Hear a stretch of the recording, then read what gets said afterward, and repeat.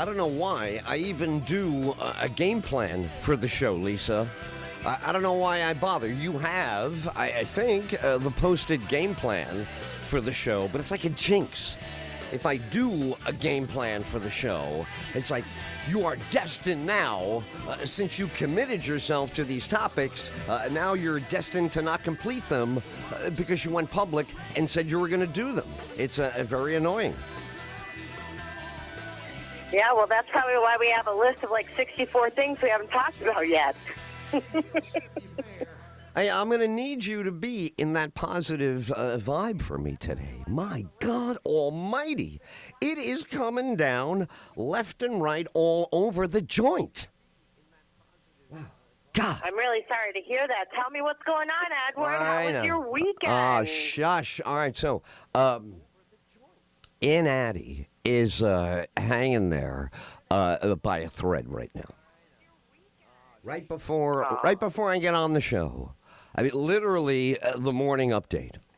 Now, my cousin is her own. I'm an only son. Okay, it's a big deal when you have an Italian mother, age 96. My cousin John, like me, is an only son. Many songs, country music, even Nirvana wrote a song about this. To be a son, what it means to be a son. And he's a very unorthodox guy. I love my cousin John. I have pictures of my cousin John. I had a picture out yesterday. I was thinking about Aunt Addie all weekend. Her condition worsened Saturday late, and I immediately do what I always do. I go to the pictures, the photograph box, and I have a birthday. Must be. It's got to be my birthday from the look of it. And Aunt Addie and Uncle Louie are on the couch in my mom's living room there, our tiny, tiny living room. And John is there. And we're having the best time. We always had a good time. I love my Uncle Louie. He's very funny. John was a good playmate when I was a kid. I could show him my toys and this and that. In the photograph, he's wearing my Joe Namath helmet and jersey that I was so proud of. Oh, my God, my Joe Namath. That was a big year for me. Joe Namath and John, my cousin, and I are playing. It's just so great. So the photo, I kept it out because you could zoom in on Aunt Addie's cute little face there. She's like a Mad Men era 1950s Peggy Olson type. Not that she got knocked up. I mean, Aunt Addie would never do what Peggy Olson did in that show. But she was down the hall. She worked at a big advertising agency. Her little comments were always welcome. All the men always brought Adeline into the meeting. Nobody ever hit on Aunt Addie. She would have punched you in the nose if you went near her. But her creativity, her thing about being involved, smart, contributive, it couldn't get enough of this woman. So I have a snapshot of when she became like a young mother, and she's doing the whole flip-flop. Now she's, making cookies. She's asking my mom for all kinds of input. Tina and Adeline, they're doing the. So I got this picture out. And I said, well, I'll use this picture to vibe all my Aunt Addie, prayers and thoughts. And, right now it's all about St. Peter. He'll make the call. Like, what are we doing here? She's sailing right in, having a rough ride, or she's not even on a list. I'm not going to be seeing her for a while. This always happens in my family. We thought my grandfather was on the way out. He had 5 more years of hanging around. No one thought he would turn it around in his 80s. So at 96, this could go either way. But as you know, and you and I really get to enjoy this. For me, this is very enjoyable having you to talk about these ideas with, because you're one of the few you and my friend Mike are the only 2 people that I can even discuss Trump with, that I can even examine an idea with, or, try to apply something. For everybody else, this is poison. He's the devil. So, of course, a horse is a horse, of course. The famous horse, Mr. Ed, we all know, of course. my cousin is a lefty like there's no other lefty. I don't know why my cousin John isn't running Guatemala by now. He should be Che John Coppola by now. He's been with those liberation lefties all my life. So, okay, it's none of my business. It's First Amendment. The founders respected lunatics. You can have a Looney Tune view. If you're serious about it, this is how you live. The founders said, okay. So he's like that. He's got a very extreme, doesn't talk about it all the time. Thank God. We have a lot of other things in common, our childhood, our family. But right now, at this moment, as we speak, poor Aunt Addie is fighting to survive. A very common thing happens when you're in the hospital and you're an older woman. I don't have to go into any detail, make anybody uncomfortable, but if you've heard the phrase a UTI, not unusual for an elderly woman, as opposed to a gentleman, to have a frequent recurrence of that. That's all I'm going to say. So that's what brought her to medical attention, not Donald Trump's deliberately trying to kill her. But it is morphed into what's happening with her now is unrelated to COVID, but my dear, I love him. He believes that the president he's very upset with has brought this on his mother.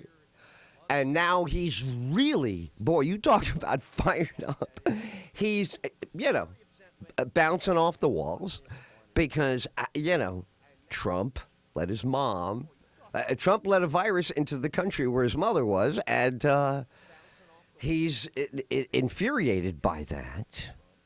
And what do you think the reverb effect is when the son of the beloved elderly woman is throwing fiery attacks out at, of all things, like a political figure? What do you think it's like to be within 5-10 feet of that guy? That's no joyride, being in that room. You know what I'm saying? That's no joyride when somebody is furious.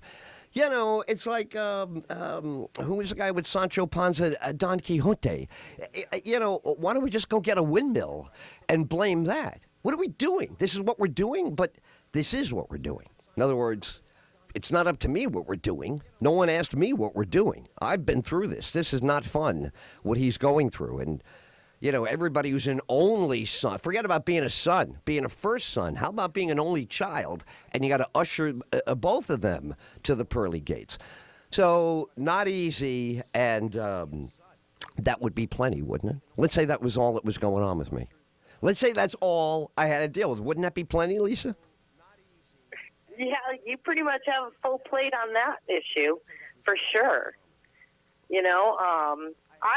One thing I just don't understand is why are all the liberals and the Democrats blaming Trump and not China, where it came out of? Because Italy didn't get the coronavirus because of Trump. The other countries of the world didn't get the coronavirus because of Trump. Every country's been affected by this. We're no different. Why don't you run so I can vote for you? What are you doing on the show with me? Get out there and get some votes. Jesus, God, I'll be your press secretary. Why don't you get elected, and then I'll be that would be hilarious. Ed Tyll is I have too much common sense to run. No, I know. And I'd get in a debate, and I'd be like, look here, effer. Yeah. Right. I wouldn't be able to do it. Be funny. You'd be on the cover of Time magazine. She's got a worse mouth than Trump, and she picked up 12 million more votes. Like, all of a sudden, all the tough broads come out and vote for you. Yeah, that's right. I'm with Lisa. F. And you start a whole F thing. Everybody's effing, cursing. You're farting, spitting, you're doing burnouts of motorcycles. Whatever. Go get them. I think it's fantastic. The energy that you have, that you're locked on like that. It is, I'm telling you, everywhere I go. I love this kid. How do you not love your cousin? He's a great kid when you're Yeah. He's got my jersey on. Well, I'm looking you at know, my Edward, let him wear my Joe Namath jersey. Do you understand how sacrosanct that was? My dad would be like, let your cousin wear it. Come on, Dad, it's Sunday. Let your cousin wear it. He's coming over here. Your uncle's going to want to watch the game. You let your cousin wear that jersey. I don't want, that's not right. I would always start with, that's not right. It is right. Your cousin doesn't have a jersey. You do. You don't want him to fit. My dad loved to preach compassion while he was yelling at you. My dad loved to tell you about being like, you are going to be nice. You're going to go in there. You're going to be. He loved that dichotomy, that he could yell that you had to be nice. And I loved all my cousins, but John was, he lived the closest.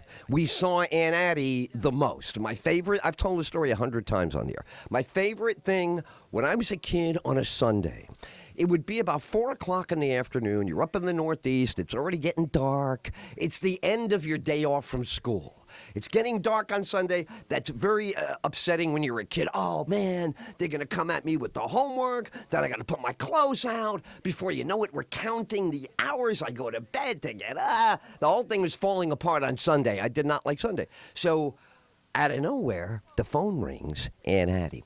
Hi, Edward. Hi, Aunt. Like no matter what's going on. Hi, Aunt Addie. Whatever. I'm all excited. My mom, Aunt Addie's on the phone. Mom, Aunt Addie, big, very exciting in my world. Aunt Addie's on the phone. And we're telling your mom we're going to pick up a little something at Garbrecht's, the bakery, and then we're going to stop by for coffee. Oh, you might as well have told me Mickey Mantle is going to hit me a home run. Might as well tell me that. It was, wow, okay, Aunt Addie. Boom, hang up the phone, run down the hall. My father said, wow, your aunt's coming over? Are they going to pick up? Like my father knew the whole thing, and he wanted to let me know it was no big announcement. I'm running into the living room. Hey, Aunt Addie's coming. Hey, cake. We're having cake. It's, very exciting to me because it's getting dark on Sunday. And this will prolong the weekend. Do you think Jackson would understand my logic? Oh, yeah. He loves when his grandparents come up. That's it, man. He gets so super excited. I'm lukewarm, but, they're my in-laws. But he's all excited, though, right? He's all excited when they're coming. They're coming. They're on. It's so funny.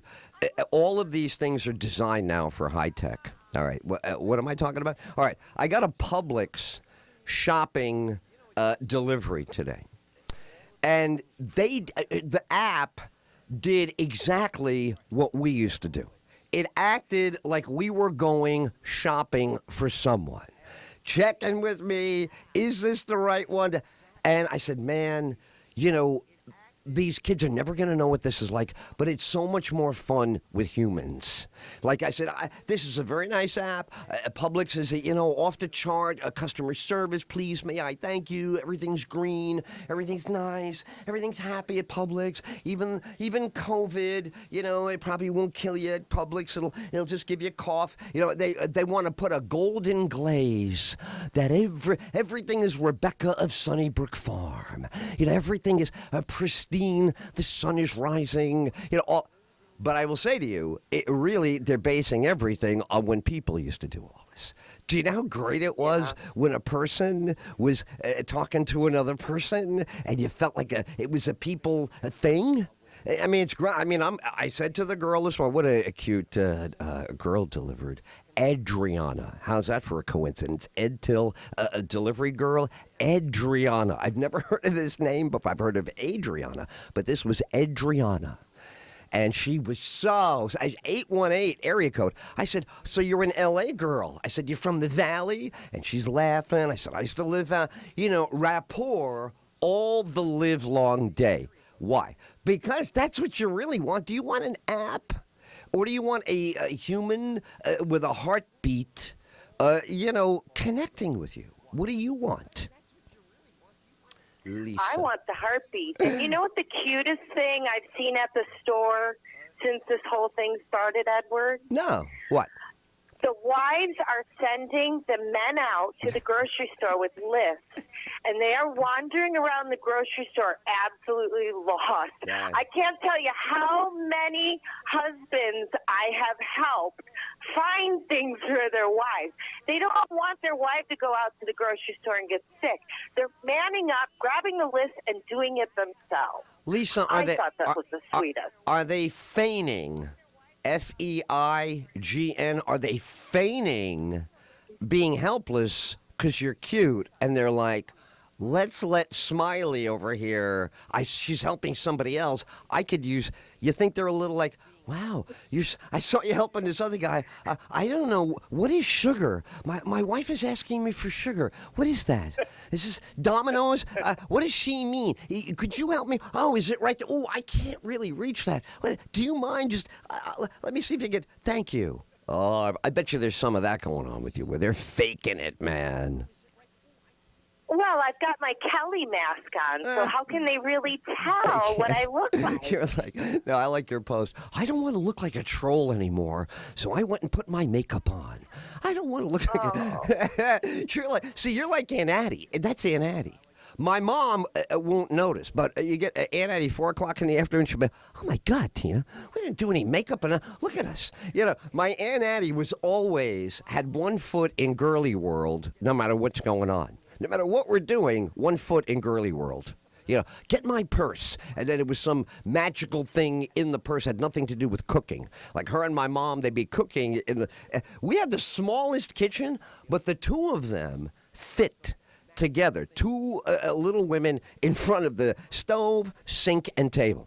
They had a stove, sink, and table. They did the pivot. They were just like at the middle of the clock. You cut it up, you roll it up, you take a brajol, you take the thread, you dump it in, you soak it. What's that doing over there? Soaking 2 more hours over there? When did you start the wheat for the wheat bread, Tina? Oh, I started that on Thursday, Adeline. Very good. What time of the day?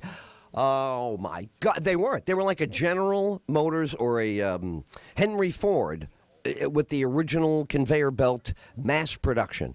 They were unstoppable, those two. Well, and isn't it nice to know if she does pass on to the next world, Tina will be waiting for her. Oh, Come on, Addie, let's go to the kitchen. I said that to Florence. I said, isn't that what you know? You'll know she's gone because you're going to hear Tina in the universe coming out from behind the stars and the planets and say, earlier tonight, NASA reported a radio wave. It sounded similar to Ed Tyll's mother. And someone said the word was Adeline. Scientists are like, that's the way it's going to be. Everybody in heaven's going to be like, okay, whew, the two of you, just, because it's going to be nonstop. Adeline. When they have to catch up, my mom's been gone since, my mom got a beautiful obituary in the Orlando Sentinel. I always brings me to tears how sweet, I was very rambunctious back in the 90s on the air. And, the editorials and the stories, I never spared anybody at the Sentinel any aggravation, day in, day. I mean, I gave compliments too, but, a lot of back and forth. But they did such beautiful. They put her picture, smiling. Still, I have like 5 originals. They're yellowing now. The family loves that. Everybody went crazy, and now all these years, it really matters. So, these are amazing gals. I'm telling you, they were like Lennon and McCartney a little bit. Like, they were groundbreakers, and one was softer, the other one would punch you out, closed fist. But they never missed a subway. They never missed an elevator. The macaroni never hit the floor. They always caught the macaroni before it hit the floor. They were like Greg Nettles at third base when it came to catching stuff in the kitchen. Adeline, boom. Tina, boom. Bing, bang. Unreal. And even Florence, who's alive now, the baby, she couldn't keep up with them. That's why she's my godmother. My mom had me when my aunt was 19 and was running around with boys and was getting ready to run away with my uncle in Canada. So for like 6 months, it was me and my Aunt Florence every day. She was like the 19-year-old deciding what they're going to do with their life. They get out of high school. Your older sister has had a baby. So in the old days, you got work. You're the godmother. So she baptized me. She had to learn to diaper and all that. This is what they did. That's a good use of your life. This is a good way to prepare for being an adult. Nobody's wasting any time. Oh, what the hell's that all about? Sitting there diapering a baby, taking care of your mother. That's another thing. They all 5 of them, took care of their dying mom. Mom died. My grandma died at home, in the living room, with the morphine kit. Everybody took turns, giving Mama a needle. Mama was pleasant. It was hospice before there was hospice, but all the kids did it. Nobody was too young. Nobody was left out of what's happening with Mama. And, Grandpa, everybody, all in the little miniature household society. So what the world is going through right now, generations have understood for a while. People get this, but it hasn't been articulated. It hasn't been role modeled. No one's familiar with this old chapter that's now springing up in families. And that's been in mine now since she got diagnosed a week ago Friday. Everybody I know's got somebody. Now, how's it on your Facebook? Aren't you seeing people all over your friends that have someone or, somebody's passed and they're announcing? It's all over my stuff. Well, this weekend was the first weekend I actually had a friend have a scare. So... And that ties in with my horror story of Walmart that I'll tell you later. Oh, yeah, you got a great Walmart. Hey, let me just throw this in, then we'll go to break. Okay. Just a little fact. This is, again, I want to be careful. I am absolutely not trying to give people a hard time. This is, I thought about this a lot over the weekend with my cousin. I'm like, geez, if your cousin ever tuned into your show, like it will pop in from time to time and just, oh, there's Edward. But if he was really like, he would go nuts with this. So you got to not give people a hard time. Me, everybody's got to do what they, politically, give them a hard time all you want about it. I'm just saying friends, family, opposite sides, and also I do feel for the non-political types. My godmother is non-political. She never cared about Nixon, none of this. It never made a difference to her. Just not in her world. So you can't throw her in the arena. It's like, which team are you on? And the other team sucks. And what do you do? You can't do that to her. She's 81. She's been voting. She's most been never tell you who. It's beautiful. A lot of Italian immigrants are like that. They don't want to discuss that. They love the privacy. They love having their whole political thing. They keep it to themselves. Nobody has to know anything. Why do you have to know? Say, come on, Dad, how'd you vote? What do you need to know how your father voted? You need to know how you vote. What are you looking for? Very good about this, where you have integrity, where you have self-esteem, where you're reinforced that you're worth something. This is very important for people. You don't have that. You're going to have a hard time navigating the rapids of freedom. A free society is like the rapids. It's not like a walk on a garden path. You know what I mean, Lisa? You understand my metaphor, a stupid example I'm making? It's like the rapids. You have to hold on and navigate the forces that are there in addition to you. You're not the only force in the moment, right? Absolutely, and you have to guard your freedom every day. You have to make sure that there is no infringement upon your own freedom. The liberate that he's doing, we're going to talk about. We got to talk. He's so good. This is why they hate him. He's so good. I don't mean my poor cousin. I'm just talking about in general now. He understands. The guidelines he gave never said don't buy seeds. He never gave a regulation from the White House, don't sell guns. They take these things and they go crazy with them. And he's absolutely right. All weekend, he's wrong. He's contradicting himself. Doesn't he know? He knows. We all know. I tell you to be cautious, you don't become paranoid. If I tell you to be cautious and you become paranoid, and paranoid's a problem, then I got to liberate off your paranoid. Exactly, and that's why all my friends, my freedom-loving friends, are at these rallies this weekend. I was the only one that wasn't at one of those rallies. Wow. All right, so we got a lot to talk about. Stay right there. This is the Ed Tyll Show. Florida Man Radio. You Have Power Radio with Justin Clark. What's so funny? What did I do?